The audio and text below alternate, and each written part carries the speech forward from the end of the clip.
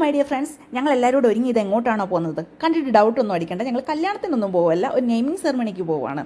അനിയൻ്റെയും അനിയത്തിയുടെയും കുഞ്ഞാവയുടെ naming സെറമണിയാണ്. എന്ന് വെച്ചാൽ നമ്മുടെ ബെദ്രിയുടെയും ഫദ്രയുടെയും ചിറ്റയുടെയും ചിറ്റപ്പയുടെയും കുഞ്ഞാവ. അനിയത്തിയുടെ വീട് കുറച്ച് ദൂരെയൊന്നും അല്ല, വളരെ അടുത്താണ്. അപ്പം ഞങ്ങൾ പെട്ടെന്ന് തന്നെ വീട്ടിലെത്തി.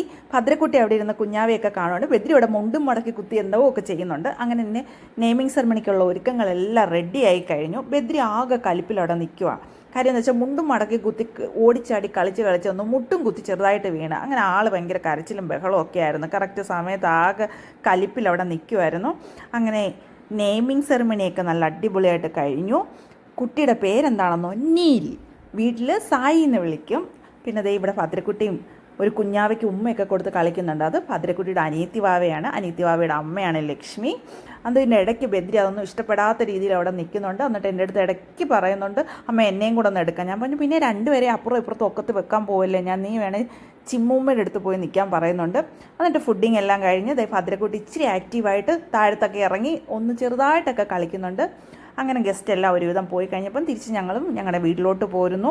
വീട്ടിലെത്തിയിട്ടാണ് ഞങ്ങൾ കുറേ ഫോട്ടോസൊക്കെ എടുത്തത്. കാര്യം രാവിലെ കുറച്ച് നേരത്തെ ഇറങ്ങേണ്ടത് വന്നുകൊണ്ട് ഫോട്ടോസ് ഒന്നും എടുക്കാൻ പറ്റിയില്ല. അപ്പോൾ ഇതൊക്കെയാണ് ഞങ്ങളുടെ വിശേഷങ്ങൾ. കണ്ടിഷ്ടമായ ലൈക്ക് ചെയ്യണം, കമൻറ്റ് ചെയ്യണം. ചാനൽ സബ്സ്ക്രൈബ് ചെയ്യാത്തവർ ചാനൽ സബ്സ്ക്രൈബ് ചെയ്തേക്കണേ.